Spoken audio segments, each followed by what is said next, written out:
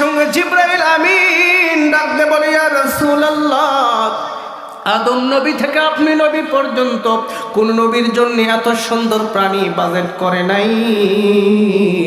শুধুমাত্র কেবলমাত্র একমাত্র আপনি নবীর জন্য স্বয়ং আল্লাহ বোরাক কবুল করেছে, বোরাক বাজেট করেছে।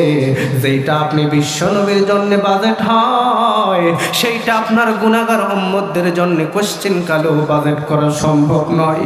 কিতাবের মধ্যে লেখে, জিবরাইল রে, যেটা আমি নবীর আখির জামানার নবী বিশ্ব নবীর উম্মতদের জন্য আল্লাহ কবুল করবে না, সেই বোরাকের পিঠে আমি নবী কখনো উঠব না।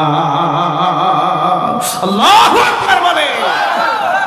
যেই নবী আমাদেরকে ভুললেন না, সেই নবীকে আমরা কেমনে ভুলে যাই রে কপাল পোড়া মুসলমান। সেই নবীজির সুন্নাত আদর্শ আমরা বাস্তবায়ন করতে চাই না। কথা বলেন ঠিক না বেঠিক? জিবরাইল আমিন বলে, ইয়া রাসূলুল্লাহ, ইয়া হাবিবাল্লাহ, এমনটি করবেন না, আপনি এমনটি করবেন না। নবী তো পিছনে গেছেন, নবীর মনটা খারাপ, আল্লাহ পাক আর বসে থাকতে পারলেন না। সঙ্গে সঙ্গে ডাকতে বলে, জিবরাইল, কি হয়েছে জিবরাইল? আমার নবী কেন মন খারাপ করে পিছনে গেল? সঙ্গে সঙ্গে জিবরাইল বলেন, আল্লাহ আপনি তো সবই জানেন, তারপরেও আপনি কেন জানতে চান? আপনি যখন জানতে চান তাহলে আপনি শুনে নেন। আপনার বন্ধু হাবিবুল্লাহ নবী এইরকম একটা বোরাক তার গুনাহগার উম্মতদের জন্য পুলসিরাতের ব্রিজে চাই। আমি বলেছি কখনোই সম্ভব নয়। আপনি কি কবুল করবেন নাকি আল্লাহ জানতে চাই।